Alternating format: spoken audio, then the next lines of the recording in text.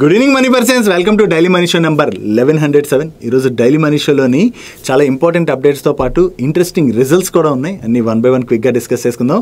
దానికన్నా ముందు నేను వర్కౌట్ విషయంకి వచ్చేసరికి ఆల్మోస్ట్ 4 kilometers పైన వాక్ చేశాను అండ్ 23 minutes చెస్ట్ వర్కౌట్ కూడా చేశాను. మీరేం వర్కౌట్స్ చేశారో కింద కామెంట్ సెక్షన్లో షేర్ చేయండి. ఇంకా డైలీ మనీ షోలో ఉన్నటువంటి అప్డేట్స్ అన్ని 1 by 1 క్విక్గా డిస్కస్ చేసేద్దాం. ముందుగా మార్కెట్ అప్డేట్ చూసినట్లయితే ఈరోజు సెషన్లో సెన్సెక్స్ 501 పాయింట్స్ కరెక్ట్ అయ్యి 81,757 పాయింట్స్కి క్లోజ్ అయినట్లయితే నిఫ్టీ 143 పాయింట్స్ కరెక్ట్ అయ్యి 24,968 పాయింట్స్కి క్లోజ్ అయింది. అండ్ ఈరోజు సెషన్లో మిడ్ క్యాప్ ఇండెక్స్ 0.67% కరెక్ట్ అయినట్లయితే స్మాల్ క్యాప్ ఇండెక్స్ 0.63% కరెక్ట్ అయింది అండ్ బ్యాంక్ నిఫ్టీ 0.96% కరెక్ట్ అయింది. ఈ రోజు మార్నింగ్ నుంచి కూడా మన మార్కెట్లోని ప్రెషర్ అయితే కనపడింది కదా. దానికి రీజన్ ఏంటంటే నిన్న వీడియోలోని మనం యాక్సిస్ బ్యాంక్ రిజల్ట్స్ గురించి మాట్లాడుకున్నాం కదా. నిన్న మార్కెట్ క్లోజ్ అయిన తర్వాత ఈ యాక్సిస్ బ్యాంక్ నెంబర్స్ అయితే వచ్చాయి. యాక్చువల్లీ ఈ క్వార్టర్ లోని యాక్సిస్ బ్యాంక్ యొక్క నెంబర్స్ డిసప్పాయింట్ చేయడంతో ఈ రోజు సెషన్ లో యాక్సిస్ బ్యాంక్ స్టాక్ కరెక్ట్ అయింది and axis bank stock correct అవడంతో రిమైనింగ్ ఫైనాన్షియల్ సెక్టర్ స్టాక్స్ పైన కూడా దాని యొక్క ఇంపాక్ట్ పడింది. అంటే యాక్సిస్ బ్యాంక్ నెంబర్స్ వీక్ గా వచ్చినట్లయితే రిమైనింగ్ కంపెనీస్ యొక్క నెంబర్స్ కూడా వీక్ గా రావచ్చు అని చెప్పి మార్కెట్ లో ఎక్స్పెక్టేషన్స్ బిల్డ్ అవుతాయి కదా. దీంతోనే ఈ రోజు నిఫ్టీ కరెక్ట్ అయినటువంటి 143 పాయింట్స్ లోని ఫైనాన్షియల్ సర్వీస్ సెక్టరే ఏకంగా 95 పాయింట్స్ డ్రాగ్ చేయడం జరిగింది. నో ఇక్కడ యాక్సిస్ బ్యాంక్ నెంబర్స్ కొంత వీక్ గా వచ్చాయి. దీంతో రిమైనింగ్ బ్యాంక్ స్టాక్స్ కూడా కరెక్ట్ అవుతున్నాయి కదా.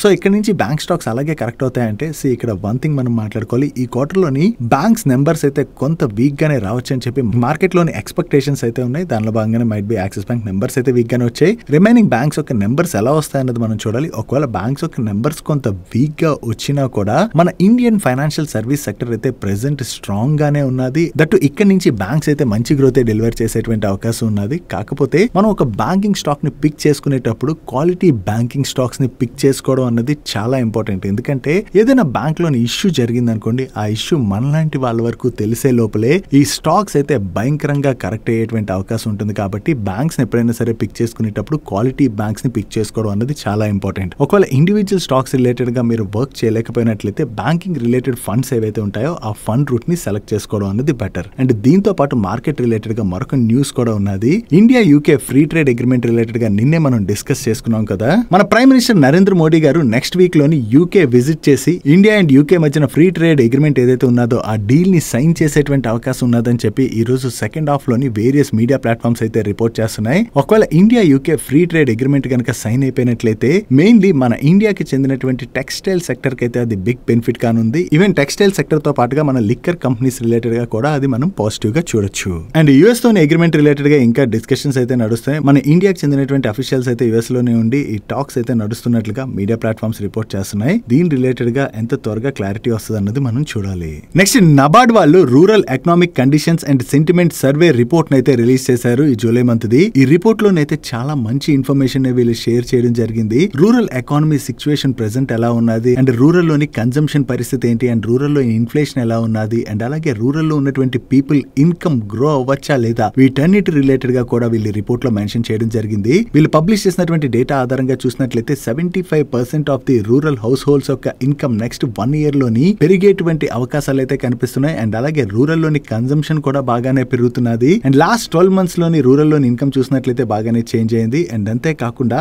ఇన్కమ్ అవుట్లుక్ కూడా నెక్స్ట్ 1 year కి చాలా పాజిటివ్ గా కనపడుతున్నదని, ప్రెసెంట్ రూరల్ ఎకానమీ రిలేటెడ్ గా పాజిటివ్ సెంటిమెంట్ కనపడుతున్నది అండ్ ఇన్ఫ్లేషన్ కూడా కంట్రోల్లో ఉన్నది. అండ్ అంతేకాకుండా రూరల్ లో కన్జంప్షన్ కూడా బాగానే జరిగేటువంటి అవకాశం ఉన్నదని చెప్పి వీళ్ళ రిపోర్ట్ ప్రకారం షేర్ చేస్తున్నారు. ఒకవేళ రూరల్ ఎకానమీలోని ఈ పాజిటివ్ ట్రెండ్ కనుక కంటిన్యూ అయినట్లయితే దాని వలన రూరల్ ఫోకస్డ్ కంపెనీస్ ఏవైతే ఉంటాయో అవన్నీ కూడా లాభపడనున్నాయి. మెయిన్లీ మనం చూసుకోవాలంటే ఎఫ్ఎంసీజీ కంపెనీస్ దీని వల్ల లాభపడతాయి. అండ్ ఎఫ్ఎంసీజీ కంపెనీస్ లాభపడడంతో పాటుగా ఈ rural focused companies like tractors or farm equipments ని మ్యానుఫ్యాక్చర్ చేసేటువంటి కంపెనీస్ ఉంటాయి కదా. వాటిలో మనం ముందుగా మాట్లాడుకోవాలంటే ఇండో ఫార్మ్ ఎక్విప్మెంట్ కావచ్చు, ఎస్కార్ట్స్ కుబోతా కావచ్చు అండ్ అలాగే మహీంద్రా అండ్ మహీంద్రా వాళ్ళు కావచ్చు. వీళ్ళందరూ కూడా ట్రాక్టర్స్ అవి మ్యానుఫ్యాక్చర్ చేసి సప్లై చేస్తుంటారు. కాబట్టి ఇవన్నీ కంపెనీస్ కి కూడా మంచి సేల్స్ జనరేట్ అయ్యేటువంటి అవకాశం ఉన్నది. అండ్ రూరల్ ఫోకస్డ్ 2-wheeler మనం ఎక్కువగా చూసినట్లయితే రూరల్ లోని టీవీఎస్ వాళ్ళ సేల్స్ అయితే బాగానే జరుగుతూ ఉంటాయి. సో దానివల్ల టీవీఎస్ వాళ్ళ సేల్స్ కూడా బాగానే పెరిగేటువంటి అవకాశం ఉంది. వీటితో పాటు ఇంకా రూరల్ ఫోకస్డ్ గా ఎవరైతే ఎక్కువగా సేల్స్ అవి జనరేట్ చేస్తుంటారో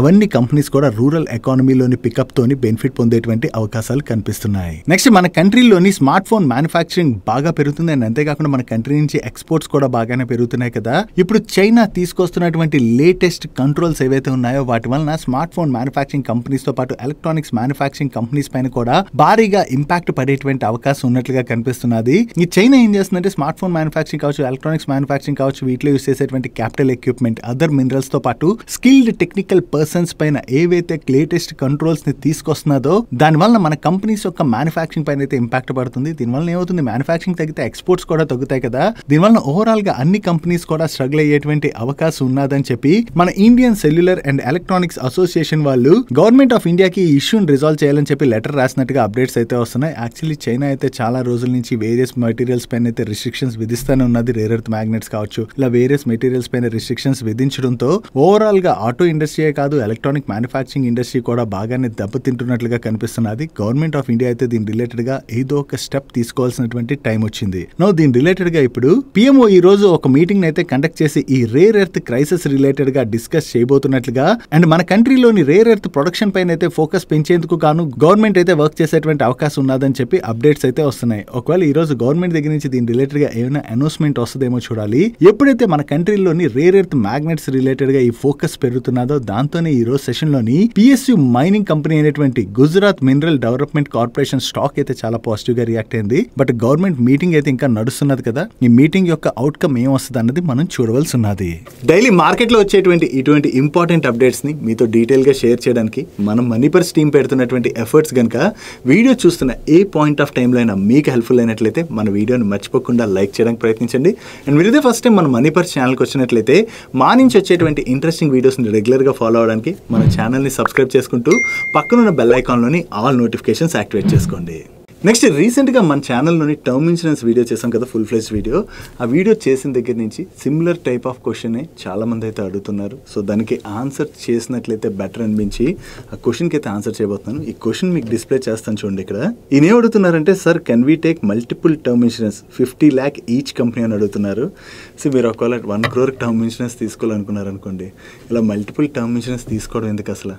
ఒకే కంపెనీ అంటే మంచి కంపెనీ చూసుకుని ఒక కంపెనీ దగ్గరే టర్మ్ ఇన్సూరెన్స్ తీసుకోవడం అనేది బెటర్. ఎందుకంటే ఇలా మల్టిపుల్ కంపెనీస్లో తీసుకున్నారనుకోండి, క్లెయిమ్ సెటిల్మెంట్ టైంలోని ఇబ్బందులు ఫేస్ చేసే అవకాశం ఉంటుంది. అండ్ అంతేకాకుండా ఇలా మల్టిపుల్ కంపెనీస్లో టర్మ్ ఇన్సూరెన్స్ తీసుకోవాలనుకున్నట్లయితే ఫస్ట్ కంపెనీకి మీరు సెకండ్ కంపెనీ దగ్గర టర్మ్ ఇన్సూరెన్స్ తీసుకుంటున్నట్టుగా ఇన్ఫార్మ్ చేయాలి. అండ్ సెకండ్ కంపెనీకి కూడా మీకు ఆల్రెడీ ఎగ్జిస్టింగ్ టర్మ్ ఇన్సూరెన్స్ ఉన్నట్టుగా మెన్షన్ చేయవలసి ఉంటుంది. అలా మెన్షన్ చేయలేదనుకోండి, క్లెయిమ్ సెటిల్మెంట్ టైంలోని రిజెక్ట్ చేసేటువంటి అవకాశం ఉంది. సో అందుకని ఇలా మల్టిపుల్ టర్మ్ ఇన్సూరెన్స్ తీసుకుని హెడ్ఏక్ ఫేస్ చేసే కన్నా కూడా సింగిల్ కంపెనీ దగ్గర, అంటే మంచి కంపెనీ చూసుకుని సింగిల్ కంపెనీ దగ్గరే టర్మ్ ఇన్సూరెన్స్ తీసుకోవడం అనేది బెటర్. అండ్ ఇక్కడ మరికొంతమందికి డౌట్ ఉండొచ్చు, అంటే నేను ఇనిషియల్గా టర్మ్ ఇన్సూరెన్స్ తీసుకున్నప్పుడు నాకు అంటే ఎలిజిబిలిటీ లేక తక్కువ సమ్ అష్యూర్డ్ అయితే వచ్చింది. సో ఇప్పుడు నేను సమ్ అష్యూర్డ్ పెంచుకోవాలంటే టర్మ్ ఇన్సూరెన్స్లో అవ్వదు కదా. సో వేరే కంపెనీ దగ్గర టర్మ్ ఇన్సూరెన్స్ తీసుకోకూడదా అంటే తీసుకోవచ్చు. కాకపోతే మీరు వేరే కంపెనీ దగ్గర మళ్ళీ టర్మ్ ఇన్సూరెన్స్ తీసుకోవాలనుకున్నట్లయితే మీ ఫస్ట్ కంపెనీకి ఇన్ఫార్మ్ చేయాలంటే నేను వేరే కంపెనీ దగ్గర టర్మ్ ఇన్సూరెన్స్ తీసుకున్నానని చెప్పి వీళ్ళకి ఇన్ఫార్మ్ చేయాలి. అండ్ అలాగే మీరు కొత్తగా టర్మ్ ఇన్సూరెన్స్ ఏ కంపెనీ దగ్గర అయితే తీసుకుంటున్నారో వాళ్ళకి కూడా మీ ఎగ్జిస్టింగ్ టర్మ్ ఇన్సూరెన్స్ డీటెయిల్స్ అయితే ఇవ్వాల్సి ఉంటుంది. అలా మెన్షన్ చేశారనుకోండి, అప్పుడు క్లెయిమ్ సెటిల్మెంట్ టైంలోని ప్రాబ్లం రాకుండా ఉంటుంది. సో ఐ హోప్ ఈ ఆన్సర్ ఏదైతే ఉన్నదో దీంతో మీ అందరికీ క్లారిటీ వచ్చిందని అనుకుంటున్నాను. అండ్ మీరు ఇప్పటి వరకు కనుక టర్మ్ ఇన్సూరెన్స్ ఎవరైతే తీసుకోలేదో అస్సలు నెగ్లెక్ట్ చేయకండి గైస్. టర్మ్ ఇన్సూరెన్స్ అన్నది చాలా ఇంపార్టెంట్. వెంటనే టర్మ్ ఇన్సూరెన్స్ అయితే తీసుకోవడానికి ప్రయత్నించండి. ఒక మంచి టర్మ్ ఇన్సూరెన్స్ తీసుకోవాలనుకున్నట్లయితే మీరు యాక్సెస్ మ్యాక్స్ లైఫ్ వాళ్ళ స్మార్ట్ టర్మ్ ప్లాన్ ప్లస్ అయితే చూడొచ్చు. వీళ్ళు 99.7% క్లెయిమ్ సెటిల్మెంట్ రేషియో ఉన్నది. ఇది ఇండస్ట్రీలోనే one of the best claim settlement ratio. And దీంతో పాటుగా వీళ్ళు కొన్ని ఏజ్ గ్రూప్స్ వాళ్ళకి 1 crore టర్మ్ ఇన్సూరెన్స్ ని కేవలం per month 577 rupees premium payment తోనే ఆఫర్ చేస్తున్నారు. అండ్ అంతేకాకుండా మీరు ఒకవేళ సాలరీడ్ ఎంప్లాయ్ అయినట్లయితే మీకు ఫస్ట్ ఇయర్ ప్రీమియం పైన 15% డిస్కౌంట్ లభిస్తుంది. అదే మీరు సాలరీడ్ ఉమెన్ అనుకోండి, మీకు కూడా ఫస్ట్ ఇయర్ ప్రీమియం పైన ఈ 15% డిస్కౌంట్తో పాటు మీరు ఉమెన్ కాబట్టి మీకు life long every year premium పైన అడిషనల్గా మరొక 15% డిస్కౌంట్ని కూడా వీళ్ళు ఆఫర్ చేస్తున్నారు. అండ్ అంతేకాకుండా ఈ టర్మ్ ఇన్సూరెన్స్ తీసుకున్నటువంటి వ్యక్తి ఎవరైతే ఉంటారో వాళ్ళు కనుక చనిపోయారు అనుకోండి, అప్పుడు క్లెయిమ్ సెటిల్మెంట్ రిలేటెడ్గా మీరు ప్రాపర్ డాక్యుమెంటేషన్ సబ్మిట్ చేసినట్లయితే వీళ్ళు 3 hours-లోనే క్లెయిమ్ సెటిల్మెంట్ గ్యారంటీని కూడా అందిస్తున్నారు. వీటితో పాటు మీరు క్రిటికల్ ఇల్నెస్ రైడర్ని కనుక యాడ్ చేసుకున్నట్లయితే 64 క్రిటికల్ ఇల్నెస్ని కవర్ చేస్తున్నారు. అండ్ అంతేకాకుండా మీకు స్పెషల్ ఎగ్జిట్ వాల్యూ బెనిఫిట్ని కూడా అందిస్తున్నారు. అంటే మీరు టర్మ్ ఇన్సూరెన్స్ తీసుకున్న చేసుకున్న తర్వాత కొన్ని సంవత్సరాలకి నా మీద ఇప్పుడు ఎవరు డిపెండ్ అయ్యలేరు, ఫుల్లీ సెటిల్డ్, సో నాకు టర్మ్ ఇన్సూరెన్స్ అవసరం లేదు, క్యాన్సిల్ చేసుకుందాం అనుకున్నారనుకోండి, వీళ్ళు స్పెషల్ ఎగ్జిట్ వాల్యూ బెనిఫిట్ని కూడా అందిస్తున్నారు. దాంతో మీరు అప్పటి వరకు ప్రీమియమ్స్ ఏవైతే పే చేసి ఉంటారో ఆ 100% ప్రీమియమ్స్ అయితే పే బ్యాక్ ఆఫర్ కూడా వీళ్ళ దగ్గర ఉన్నది. సో ఇప్పటివరకు ఎవరి దగ్గర అయితే టర్మ్ ఇన్సూరెన్స్ లేదో ఒకసారి axis max life smart term plan plus అయితే చూడండి. ఈ axis max life smart term plan plus links అయితే మీకు ఈ వీడియో యొక్క డిస్క్రిప్షన్లోను కింద కామెంట్ సెక్షన్లోను ఫస్ట్ కామెంట్లోను పిన్ చేసి ఉంచుతాను. మర్చిపోకుండా టర్మ్ ఇన్సూరెన్స్ అయితే తీసుకోండి. నెక్స్ట్ వీడియోలో ఫర్దర్ అప్డేట్స్లోకి వెళ్ళిపోయే ముందు మన డైలీ మనీ షోలోని ఇన్కమ్ ట్యాక్స్ రిలేటెడ్గా న్యూస్ని షేర్ చేసినప్పుడు ఈ టైంలోనంటే ట్యాక్స్ ఫైలింగ్ టైం వచ్చింది కదా, ఇటువంటి టైంలో మిస్టేక్స్ చేయకుండా ట్యాక్స్ ఫైలింగ్ ఎలా చేయాలి అండ్ ఎటువంటి తప్పులు జరుగుతున్నాయి వీటి గురించి డిస్కస్ చేసేందుకు గాను ఒక ఎక్స్పర్ట్ని అయితే మన ఛానల్కి తీసుకురామని చెప్పి చాలామంది కింద కామెంట్ సెక్షన్లో అయితే కామెంట్ చేయడం జరిగింది. సో మీరు అడిగినట్టుగానే ఎక్స్పర్ట్ని అయితే తీసుకొచ్చేసాం అండ్ ఆ వీడియో పాడ్కాస్ట్ కూడా చాలా బాగా వచ్చింది. ఒకసారి ఆ వీడియో చూసినట్లయితే ఈసారి ట్యాక్స్ ఫైలింగ్ టైంలో మీరు ఏం తప్పులు చేయకూడదో క్లియర్గా అర్థమవుద్ది. అండ్ అంతేకాకుండా ఈ ఫైనాన్షియల్ ఇయర్కి చాలామంది న్యూ ట్యాక్స్ రెజ్యూమ్కి షిఫ్ట్ అవుతున్నారు కదా, ఈ న్యూ ట్యాక్స్ రెజ్యూమ్లో కూడా ఎటువంటి బెనిఫిట్స్ పొందొచ్చు అన్న దాని గురించి కూడా వీడియోలో చాలా డీటెయిల్గా డిస్కస్ చేయడం జరిగింది. రేపు వీడియో అయితే మన ఛానల్లో వస్తుంది, మిస్ అవ్వకండి గైస్. ఈ వీడియో చూసినట్లయితే మీకు ఈ ఇయర్ ట్యాక్స్ ఫైలింగ్లో ఏ తప్పులు చేయకూడదు అర్థమవుతాయి అండ్ నెక్స్ట్ ఇయర్కి కూడా మీరు ట్యాక్స్ బెనిఫిట్ ఏ విధంగా పొందొచ్చు అన్న దాని గురించి క్లియర్ కట్గా అయితే డిస్కస్ చేసాం. సో రేపు అయితే మన ఛానల్ ఈ సూపర్ పాడ్కాస్ట్ అయితే రాబోతుంది, మిస్ అవ్వకుండా వాచ్ చేసేయండి. నెక్స్ట్ ఆఫ్కాన్ ఇన్ఫ్రా వాళ్ళ రిలేటెడ్గా ఒక పాజిటివ్ అప్డేట్ ఉన్నది. వీళ్ళు క్రొయాటియన్ మోటార్వేస్ లిమిటెడ్ వాళ్ళు ఫ్లోట్ చేసిన టెండర్లో పార్టిసిపేట్ చేసి L1 బిడ్డర్గా సెలెక్ట్ అయ్యారు. దీనిలో భాగంగా వీళ్ళు రిపబ్లిక్ ఆఫ్ క్రొయాటియాలోని మీకు ఇక్కడ కనపడుతున్నటువంటి 2 రోడ్స్ని అయితే కన్స్ట్రక్ట్ చేయవలసి ఉన్నది అండ్ ఈ కాంట్రాక్ట్ వాల్యూ 4,600 crores పైనే వీళ్ళు కొత్తగా ఏదైతే ఇంత మంచి కాంట్రాక్ట్ విన్నారో ఇది ఆఫ్కాన్ ఇన్ఫ్రా వాళ్ళ రిలేటెడ్గా మనం పాజిటివ్గా చూడొచ్చు. నెక్స్ట్ లాజిస్టిక్ సర్వీసెస్ ప్రొవైడ్ చేసేటువంటి డెలివరీ లిమిటెడ్ వాళ్ళు వాళ్ళ బిజినెస్ ఎక్స్పాన్షన్ ప్లాన్లో భాగంగా ఈ ఏప్రిల్ మంత్లోని ఈకామ్ ఎక్స్ప్రెస్ లిమిటెడ్లోని 99.4% స్టేక్ని 1,400 crores పైన ఇన్వెస్ట్ చేసి ఎక్వైర్ చేయబోతున్నట్టుగా అనౌన్స్ చేశారు కదా. ఈ కంపెనీని ఎక్వైర్ చేయడం ద్వారా ఈ ఈకామ్కి ఉన్నటువంటి బిజినెస్ కూడా వచ్చి డెలివరీకి యాడ్ అవుతుంది కాబట్టి దాని ద్వారా వాళ్ళ బిజినెస్ని అయితే ఎక్స్పాండ్ చేయబోతున్నట్టుగా వీళ్ళ మేనేజ్మెంట్ అయితే కామెంట్ చేయడం జరిగింది. ఈ ఎక్విజిషన్ వీళ్ళు చేయాలంటే కాంపిటీషన్ కమిషన్ ఆఫ్ ఇండియా నుంచి అయితే అప్రూవల్ రావాలి కదా. ఇప్పుడు ఈ అప్రూవల్ అయితే వచ్చేసినట్టుగా వీళ్ళు ఎక్స్చేంజెస్కి అప్డేట్ చేస్తున్నారు. సో అప్రూవల్ రావడంతో ఈ ఎక్విజిషన్ అయితే ముందుకు వెళ్ళనున్నది. దీని ద్వారా వీళ్ళ బిజినెస్ గ్రో అనున్నది కాబట్టి ఇది డెలివరీ వాళ్ళ రిలేటెడ్గా మనం పాజిటివ్గా చూడొచ్చు. నెక్స్ట్ ఇన్కమ్ ట్యాక్స్ ఫైలింగ్లో ఏవైనా తప్పులు చేసినట్లయితే ఇన్కమ్ ట్యాక్స్ డిపార్ట్మెంట్ దగ్గర నుంచి ఏ విధంగా నోటీసెస్ వస్తున్నాయన్నది మనం కంటిన్యూస్గా ఒక్కొక్క కేసు చూస్తానే ఉన్నాం కదా. ఇప్పుడు ఏకంగా 2002లోని ఫోర్జ్డ్ డాక్యుమెంట్స్ యూజ్ చేయడం ద్వారా స్కామ్ ఏదైతే జరిగిందో దాన్ని ఇన్కమ్ ట్యాక్స్ డిపార్ట్మెంట్ వాళ్ళు ఫాంట్ ఫారెన్సిక్స్ హెల్ప్ తోనైతే పట్టుకోవడం జరిగింది. ఆ టైంలోని ఈ వ్యక్తి ఏం చేశారంటే అతనికి చెందినటువంటి ఒక ఇమ్మూవబుల్ ప్రాపర్టీని సెల్ చేసి ఆ ప్రాపర్టీ ద్వారా వచ్చినటువంటి క్యాపిటల్ గెయిన్స్ ఉంటాయి కదా, ఆ క్యాపిటల్ గెయిన్స్ లోని ఫోర్జ్డ్ డాక్యుమెంట్స్ అవి యూజ్ చేయడం ద్వారా 68 lakh long term capital gain fraud అయితే చేసినట్లుగా ఇన్కమ్ ట్యాక్స్ డిపార్ట్మెంట్ గుర్తించడంతో అతనికైతే నోటీసెస్ పంపించడం జరిగింది. ఆ నోటీసెస్ వచ్చిన తర్వాత ఇంకా ఇన్కమ్ ట్యాక్స్ డిపార్ట్మెంట్ ని తప్పించుకోవడం అనేది జరగదు కదా. దీంతోని అతను అప్డేటెడ్ రిటర్న్ ఫైల్ చేసి ఇన్కమ్ ట్యాక్స్ డిపార్ట్మెంట్ కి ఏదైతే అమౌంట్ పే చేయాలో ఆ అమౌంట్ మొత్తాన్ని కూడా పే చేసినట్లుగా అప్డేట్స్ అయితే వస్తున్నాయి. Actually income tax department scrutiny అయితే ఇప్పుడు చాలా స్ట్రాంగ్ గా ఉన్నది. దట్టు ఇప్పుడు ట్యాక్స్ ఫైలింగ్ సీజన్ నడుస్తున్నది కాబట్టి మీరు ట్యాక్స్ ఫైలింగ్ చాలా జాగ్రత్తగా చేయండి. ట్యాక్స్ ఫైలింగ్ లో ఎటువంటి తప్పులు చేయకండి అండ్ ఎటువంటి రాంగ్ క్లెయిమ్స్ కూడా చేయకండి. ఇటువంటివి ఏమైనా చేసినట్లయితే ఇన్కమ్ ట్యాక్స్ డిపార్ట్మెంట్ కి ఇప్పుడు ఈజీగా తెలిసిపోతుంది కాబట్టి మీరు నోటీసెస్ ని రిసీవ్ చేసుకునేటువంటి అవకాశం ఉన్నది. నెక్స్ట్ ప్రెసెంట్ చైనీస్ కంపెనీస్ ఏవైనా సరే మన ఇండియన్ కంపెనీస్ లోని ఇన్వెస్ట్ చేయాలంటే కంపల్సరీ ఆ చైనీస్ కంపెనీస్ స్క్రూటినీని క్లియర్ చేసుకోవాల్సి ఉంటుంది. దాని తర్వాత వీళ్ళకి అన్ని అప్రూవల్స్ వచ్చాకనే మన ఇండియన్ కంపెనీస్ లోనైతే వీళ్ళు ఇన్వెస్ట్ చేసేటువంటి అవకాశం ఉన్నది. బట్ ఇప్పుడు నీతి ఆయోగ్ వాళ్ళు ఈ చైనీస్ కంపెనీస్ ఏవైతే ఉన్నాయో అవి మన ఇండియన్ కంపెనీస్ లోని 24% ఆఫ్ ది స్టేక్ ని ఎటువంటి స్క్రూటినీ అవసరం లేకుండానే ఎక్వైర్ చేసే విధంగా ప్రపోజల్ అయితే తీసుకొచ్చినట్లుగా రూటర్స్ వాళ్ళు వాళ్ళ సోర్సెస్ ద్వారా తెలిసినటువంటి ఇన్ఫర్మేషన్ అయితే షేర్ చేస్తున్నారు. యాక్చువల్లీ చాలా చైనీస్ కంపెనీస్ మన ఇండియన్ కంపెనీస్ తోని టైఅప్ అవడానికి అయితే చూస్తున్నాయి. బట్ చైనీస్ కంపెనీస్ మన ఇండియన్ కంపెనీస్ లోని స్టేక్ ఎక్వైర్ చేయాలంటే అంత ఈజీ ప్రాసెస్ అయితే కాదు. ఎందుకంటే గవర్నమెంట్ కొన్ని స్ట్రిక్ట్ రూల్స్ తీసుకొచ్చింది. బికాస్ చైనాకి డేటా లీక్ అది అయినట్లయితే ప్రమాదం కాబట్టి గవర్నమెంట్ ఈ రూల్స్ అయితే తీసుకురావడం జరిగింది. బట్ ఇప్పుడు నీతి ఆయోగ్ అయితే ఇటువంటి ప్రపోజల్ చేస్తున్నట్లుగా మీడియా ప్లాట్ఫామ్స్ రిపోర్ట్ చేస్తున్నాయి కదా.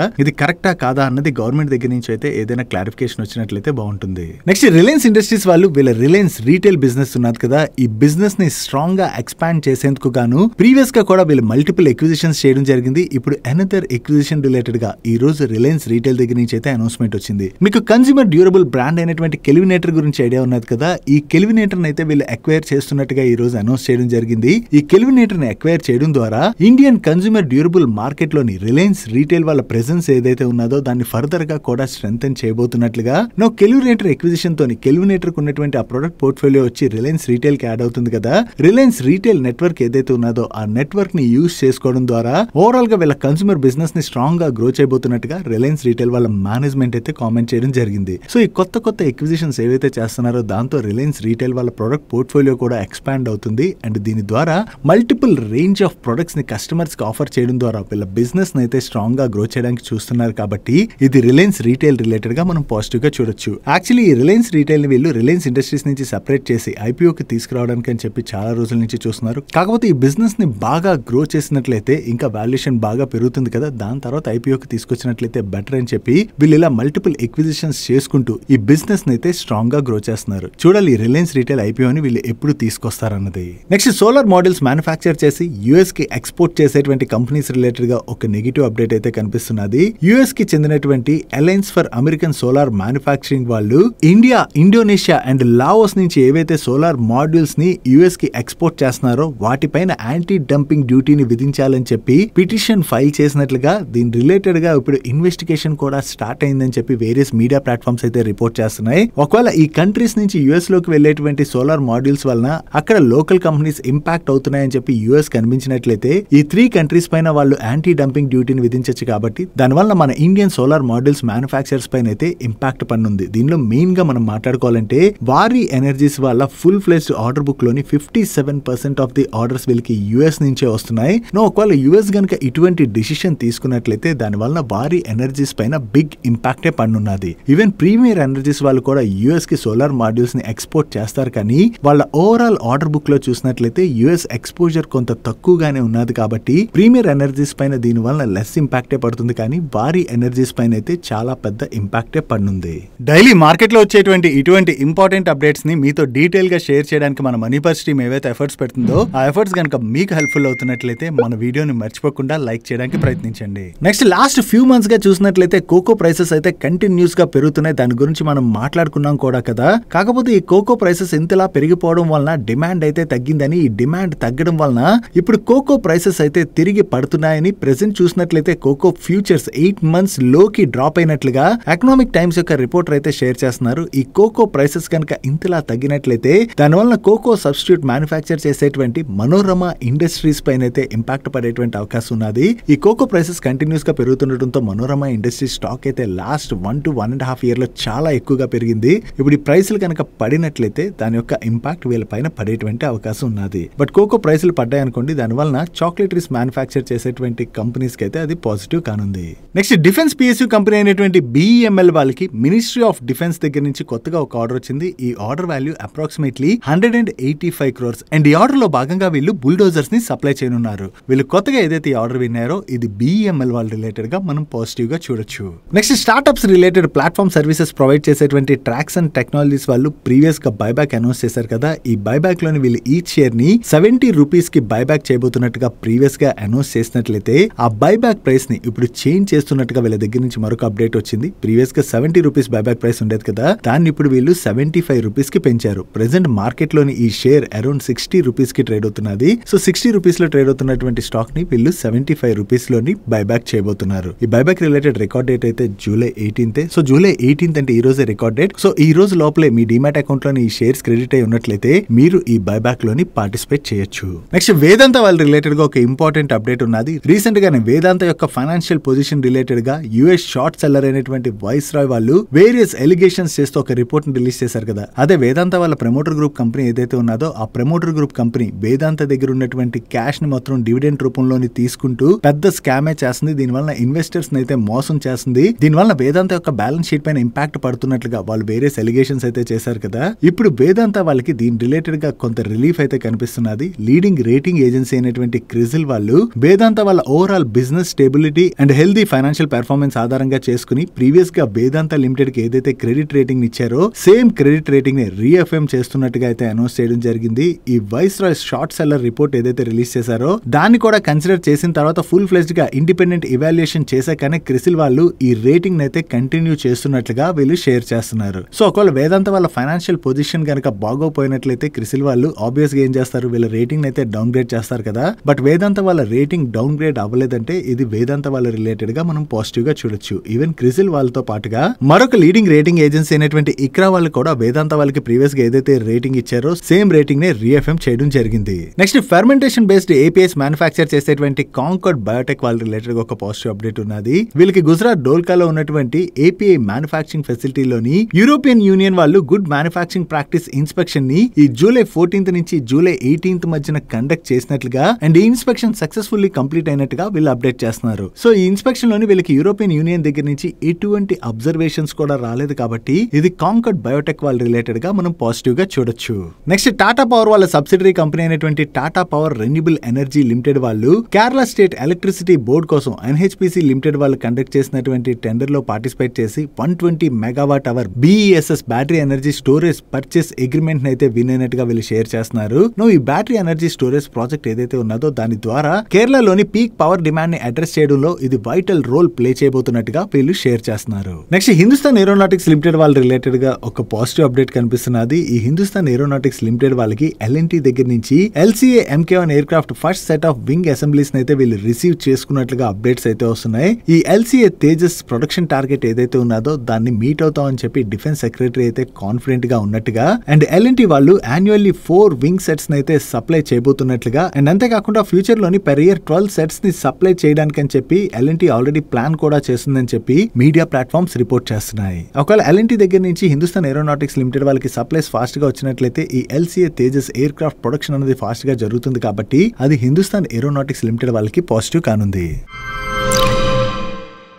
నెక్స్ట్ జియో ఫైనాన్షియల్ సర్వీసెస్ వాళ్ళ నెంబర్స్ వచ్చే వీళ్ళ నెంబర్స్ ఎలా ఉన్నాయి చూద్దాం. ముందుగా వీళ్ళ నెంబర్స్ గురించి మాట్లాడుకునే ముందు నెంబర్స్ లో మనకి పెద్దగా గ్రోత్ కనపడదు, ఎందుకంటే వీళ్ళ బిజినెస్ ఇంకా ఫుల్ ఫ్లెజ్డ్ గా స్టార్ట్ అవ్వలేదు కదా. రీసెంట్ గానే వీళ్ళ మ్యూచువల్ ఫండ్ బిజినెస్ స్టార్ట్ అయింది అండ్ అలాగే వీళ్ళకి వెల్త్ మేనేజ్మెంట్ బిజినెస్ రిలేటెడ్ కూడా అప్రూవల్ వచ్చింది కదా. సో 1 by 1 బిజినెస్ స్టార్ట్ చేసుకుంటున్నారు కాబట్టి ఆ బిజినెస్ ని ఎస్టాబ్లిష్ చేసిన తర్వాత వీళ్ళ నెంబర్స్ లోని మనకి గ్రోత్ అనేది కనిపిస్తుంది. యాజ్ ఆఫ్ నో వీళ్ళ నెంబర్స్ మనం చూసినట్లయితే లాస్ట్ ఇయర్ సేమ్ క్వార్టర్ తో కంపేర్ చేసిన ప్రీవియస్ క్వార్టర్ తో కంపేర్ చేసిన ఈ క్వార్టర్ లో వీళ్ళ టోటల్ ఇన్కమ్ లోని డీసెంట్ ఇంప్రూవ్మెంట్ కనిపిస్తుంది అండ్ అలాగే ప్యాట్ లో కూడా డీసెంట్ గ్రోత్ డెలివర్ చేశారు. అండ్ వీళ్ళు రిలేటెడ్ గా మనం మాట్లాడుకోవాలంటే వీళ్ళు ఆల్రెడీ మ్యూచువల్ ఫండ్ బిజినెస్ అయితే స్టార్ట్ చేశారు కదా. స్టార్ట్ చేసిన తర్వాత రీసెంట్ గా successfully debt funds NFL launch చేసి క్లోజ్ చేశారు అండ్ అలాగే వీళ్ళకి 5 న్యూ ఇండెక్స్ ఫండ్స్ రిలేటెడ్ గా కూడా రెగ్యులేటరీ అప్రూవల్ వచ్చింది, అది కూడా మనం మాట్లాడుకున్నాం కదా. వీటితో పాటు వీళ్ళకి ఇన్వెస్ట్మెంట్ అడ్వైజర్ గా ఆపరేట్ చేసుకునేందుకు గాను సెబీ దగ్గర నుంచి అయితే అప్రూవల్ రావడం జరిగింది. అండ్ ఈ ప్రొడక్ట్ రోడ్ మ్యాప్ స్ట్రాటజీ అయితే ఇంకా డెవలప్మెంట్ లో ఉన్నదని అండ్ అదే బ్రోకింగ్ బిజినెస్ విషయంకి వచ్చేసరికి వీళ్ళకి జూన్ మంత్ లోనే బ్రోకింగ్ లైసెన్స్ కూడా వచ్చింది కదా. సో త్వరలోనే ఈ బిజినెస్ ని కూడా స్టార్ట్ చేస్తామని చెప్పి వీళ్ళ మేనేజ్మెంట్ చెప్తుంది. సో ఈ బిజినెస్ లన్నీ వీళ్ళు స్టార్ట్ చేసిన తర్వాత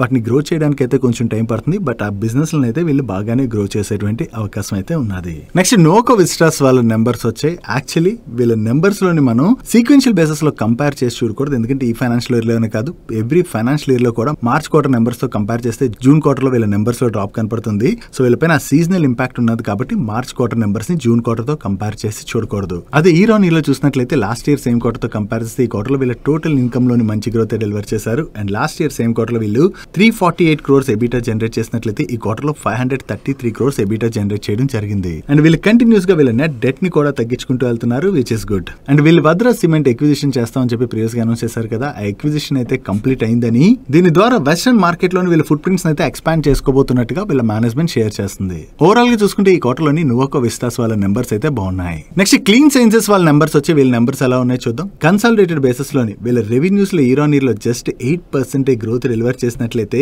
ప్యాట్ లోని 6% గ్రోత్ డెలివర్ చేశారు. బట్ సీక్వెన్షియల్ బేసిస్ లో మాత్రం వీళ్ళ టోటల్ రెవెన్యూస్ లో 8% డ్రాప్ కనపడుతున్నట్లయితే ప్యాట్ లోని 5% డ్రాప్ కనిపిస్తుంది. And last year same quarter తో కంపేర్ చేస్తే ఈ క్వార్టర్ లో వీళ్ళ ఎబిటా మార్జిన్స్ లోను ప్యాట్ మార్జిన్స్ లో కూడా ఇంపాక్ట్ కనిపిస్తుంది. ఓవరాల్ గా చూసుకుంటే ఈ క్వార్టర్ లో వీళ్ళ నెంబర్స్ కొంత వీక్ గా ఉండడంతోనే ఈ రోజు సెషన్ లో క్లీన్ సైన్సెస్ స్టాక్ లో ప్రెషర్ కనపడింది. నెక్స్ట్ రూట్ మొబైల్ వాళ్ళ నెంబర్స్ వచ్చాయి. ఈ క్వార్టర్ లో వీళ్ళ నెంబర్స్ కూడా కొంత వీక్ వీక్ గానే ఉన్నాయి. లాస్ట్ ఇయర్ సేమ్ క్వార్టర్ తో కంపేర్ చేసిన, ప్రీవియస్ క్వార్టర్ తో కంపేర్ చేసిన ఈ క్వార్టర్ లో వీళ్ళ టాప్ లైన్ లో డ్రాప్ కనిపిస్తుంది. And last year same quarter లో వీళ్ళు 81 crores ప్యాట్ జనరేట్ చేసినట్లయితే ప్రీవియస్ క్వార్టర్ లో 60 crores ప్యాట్ జనరేట్ చేశారు. అండ్ ఈ క్వార్టర్ కి వీళ్ళ ప్యాట్ 58.78 crores కి తగ్గింది. ఓవరాల్ గా ఈ క్వార్టర్ నెంబర్స్ ఇంపాక్ట్ అవడంతోనే ఈ రోజు సెషన్ లో రూట్ మొబైల్ స్టాక్ లో అయితే మనం ప్రెషర్ చూసాం. Coming to segment wise performance, ఈ క్వార్టర్ లోని వీళ్ళ ఇండియన్ బిజినెస్ రెవెన్యూస్ లోను, ఓవర్సీస్ బిజినెస్ రెవెన్యూస్ లో కూడా డ్రాప్ కనిపిస్తుంది.